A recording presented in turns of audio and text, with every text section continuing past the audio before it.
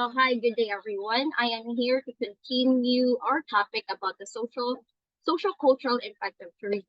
So, since we are already done with the visitor host interaction, we are now going to proceed to the positive social impact of tourism. So, I have here four positive social impact of tourism. And number one is social change and multicultural understanding. So, one of the major motivating factors for travel is to meet new people and to learn different cultures. And this can lead to a greater understanding between people living in different societies. The the impact of this is that it can create a more open-minded and tolerant generation that can more easily understand other cultures and ways of life. And I think this is the best way to break down stereotypes and prejudice. So we all have this preconceived notion about certain people or certain groups of people based on the things that we see on social media, on television, dramas that we watch. And take, for example, the Russian people. We all have these ideas that Russians are grim and they don't smile.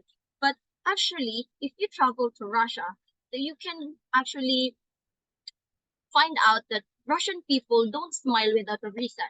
For them, smiling without a reason can actually make you look like a secretive person who isn't open about his your own self, or like you have a lot of secrets and you're not true to what you actually what you actually perceive. So the next one is the adaptation to the realities of modern life and improvement of the host country's lifestyle. So it's not just employment, opportunities, and income that the sector can offer. Often, better quality infrastructures must be built to support the industry, and the local population benefits from improved roads and water supplies, internet access, and waste disposal. And the local population actually benefits from this improvement in the long run rather than the tourists, because tourists will not really stay in the destination for a long time, right? Bo- so huge amount of money are invested to preserve the local heritage and to improve the infrastructure, to provide better local facilities, and which can create a better education, better leisure facilities, organizing frequent social events, and thus a better lifestyle for the local people.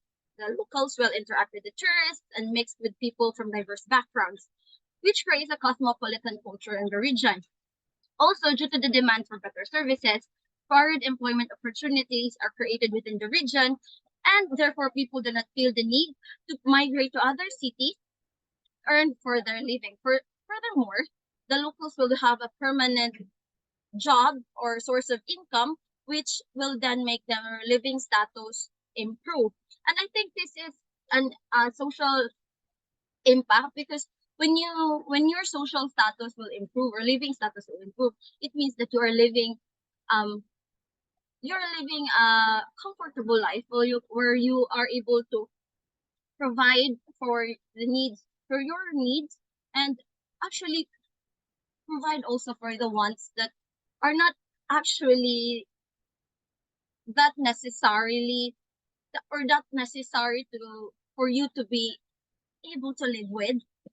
And next is use of foreign languages. As I've said earlier, when there is tourism, the local people will actually interact with the tourists. They will mix with them, and when you interact with people, you need to communicate. And the medium for communication is language.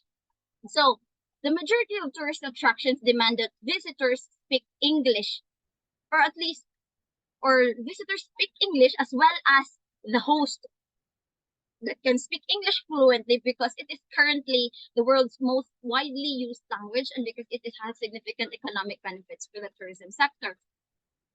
And actually, in well managed tourism developments, local people are encouraged to undertake education and training to be able to take part or feel the development of their community.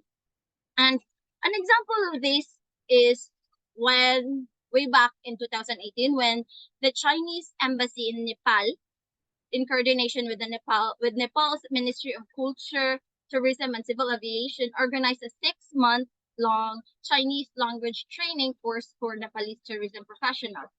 And during the language training, the participants were also provided with training on Chinese culture, food, paper cutting, and knot making, and calligraphy, among others. And I think it is also necessary for people to learn different language when there is tourism in a certain community or a certain area, because how can how can you develop that certain tourist attraction if you can't be able to communicate with people, right? So let's proceed to the fourth and the final one, which is the improvement of health conditions and disease control.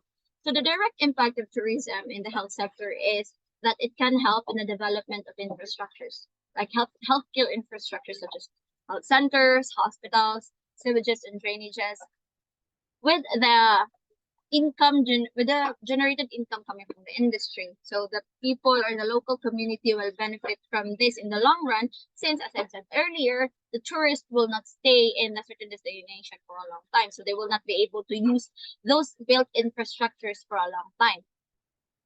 And aside from that, tourism can also promote proper hygiene for the local residents in a certain destination by providing or implementing programs and policies for them to follow, such as like providing programs such as cleanup drive, which can also promote the overall environmental health of the area.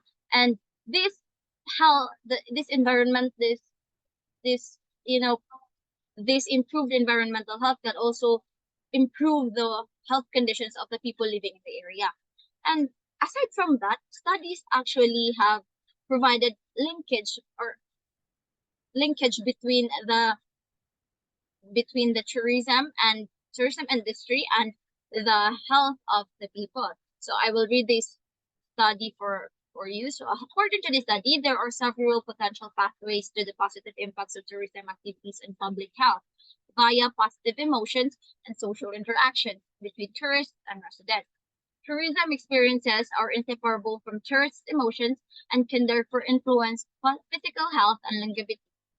It has been suggested that frequent experiences of positive emotions lead to a lower chance of developing cardiovascular diseases, inflammation, headaches, weaknesses, and congestion. Other health outcomes of positive emotional experiences include exercise, healthy eating, improved quality of sleep, and overcoming bad habits. So according to this study, people who travel are less susceptible to acquire certain diseases, especially heart diseases, since they are they have boosted their positive emotions because they interact with people. And when you interact with people, certain emotions will be boosted, and these emotions are actually the positive emotions. And aside from that, when there is a certain tourist destination being developed in a certain area, job opportunities will be offered to the local community. And this can help provide the local people in the community with a permanent source of income for them, which can greatly help in their living status. And when they have an improved living status, they will worry less about their daily lives, because can get, or they can provide now for their daily needs that the that they are not actually able to provide for themselves when there was no development happening in the area. So these are the following positive social impacts of tourism. We have the social we have the social change and multicultural understanding. Number two is under adaptation to the realities of modern life and improvement of the host country's lifestyle.